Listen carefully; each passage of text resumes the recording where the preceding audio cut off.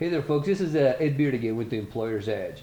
And with organizations adopting this mass migration of moving their employee base to working remotely, what we're seeing, the result is there are some people that are absolutely going nuts working remotely, and it's inside of a week. I mean, it's not as though it takes a month, just inside of a week.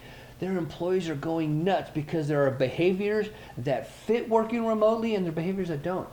And if you as the organization are not addressing those behaviors individually with people to help them understand how they are wired and what behaviors they have that may not fit, they're gonna go nuts.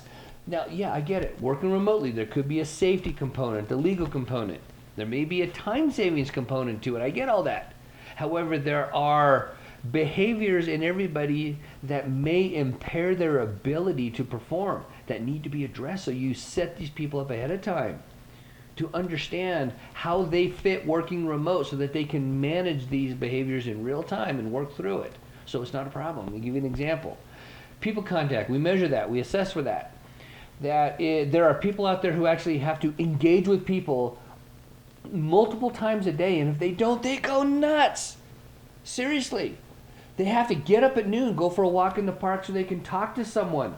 They may have to get up again during the day at 2 o'clock, 3 o'clock, go down to the store, go somewhere, go down to school, talk with their kids so they can engage with other people. What they're looking to do is they're searching for happiness. Engaging with people is actually part of their identity. They're nurturing their soul.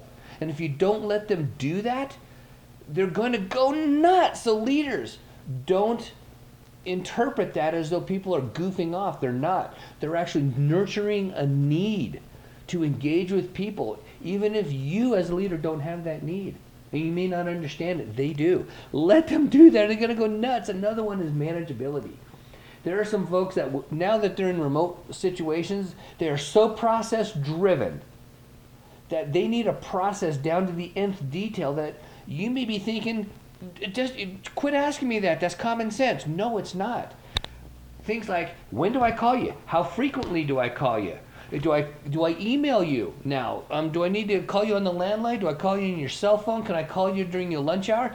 They need to know that entire structure. If you don't give it to them, they go nuts. They literally go nuts working remotely. Another one is take charge. We assess for that. Some of these leaders are so take charge that in an office arrangement, taking charge was easy. If they couldn't get a hold of you, they knew where your cube was. They would walk right into your cube. They knew what meeting you were in. They could interrupt a meeting. If they needed to take charge, they can't do that now. And if they can't call someone and get a hold of someone right now on the phone, they go nuts. They go nuts. For that leader, that high take charge leader, this is going to be a lesson in trust. They're going to start managing by expectation and KPIs. They're no longer in a situation when they just they can just dictate in real time right away. We have these high take charge leaders, when they get interrupted on conference call, it drives them nuts. It's just the frequency of it is driving them crazy. See, this is a lesson in trust. That is what you have to prepare that mind for if you want them to be successful.